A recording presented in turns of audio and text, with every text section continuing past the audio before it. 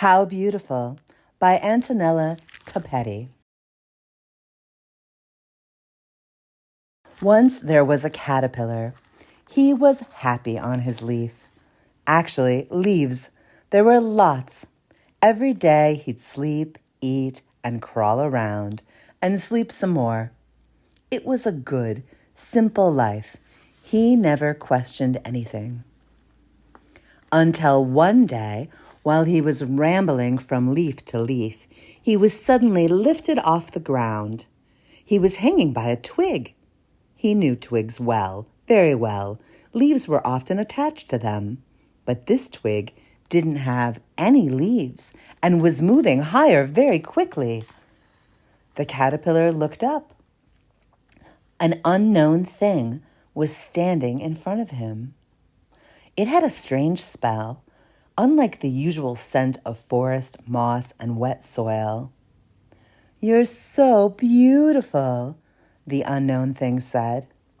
Then it gently lay him down and the twig down, and suddenly, as it had arrived, it went away.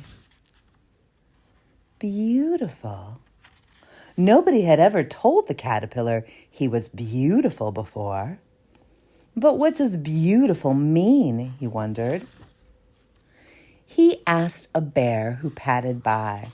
"Oh, this is beautiful," the bear answered, lifting up a honeycomb between its paws. "Not at all," said a blackbird nearby. "That's not beautiful, that's tasty. Honey is tasty to bears, leaves are tasty to caterpillars, and caterpillars are tasty to blackbirds." The caterpillar quickly crept backwards. Inside a heap of dry leaves, 3 squirrels were playing hide and seek. "What does beautiful mean?" the caterpillar asked them. The squirrels paused. "Oh, well, these dry leaves are beautiful," one of them cried out, and they all started rolling and hiding again. No, the blackbird said. "Those are not beautiful. Those are fun." The caterpillar moved on as it started raining and bumped into a mouse. "Do you know what beautiful means?" he asked the mouse. The mouse nodded. "This mushroom is beautiful." The mouse ducked underneath it. The blackbird broke in right away. "Oh no, that's not beautiful, that's useful." "And not to everyone," the bear added, taking cover under an oak tree. The rain stopped, but the caterpillar felt sad. He used to feel so content. He used to have no thoughts, no questions, no worries.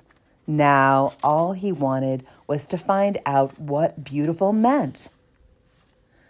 Then the caterpillar remembered an unusual deer who had moved into the forest recently. The deer spent most of its time thinking while resting on a sofa that had been abandoned in the forest. The deer must know a lot about beauty, the caterpillar decided. "Can you tell me what beautiful means?" the caterpillar asked the deer. "Of course," said the deer. "This seat is beautiful." "It is not," the blackbird said. "That's comfortable, but not beautiful for sure."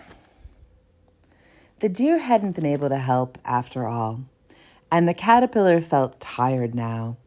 If he could only go home to his leaf and get rid of the blackbird and the bothersome question. But the question wouldn't leave him alone.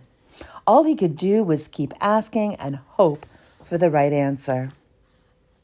A mole's face peeked out from a hole. "Can you tell me what beautiful is?" the caterpillar asked. "Oh, it's very beautiful down here," the mole replied. Naturally, the blackbird chimed in. "It might be warm and cozy down there, but I do not think it's beautiful." "But what does beautiful mean?" the caterpillar asked the blackbird. "If you know so much, you should tell me." "That's beautiful," the blackbird said, shouting suddenly, wildly lunging toward an empty can.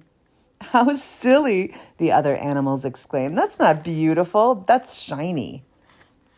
The caterpillar sighed. Even he knew that. But now night was falling, and he'd never find an answer. Slowly, the tired animals lay on the ground with their noses and beaks pointed towards the sky, and the caterpillar looked up, to and gasped. "Oh, how beautiful!" they all exclaimed. "Beautiful." The caterpillar smiled. So it was. The end.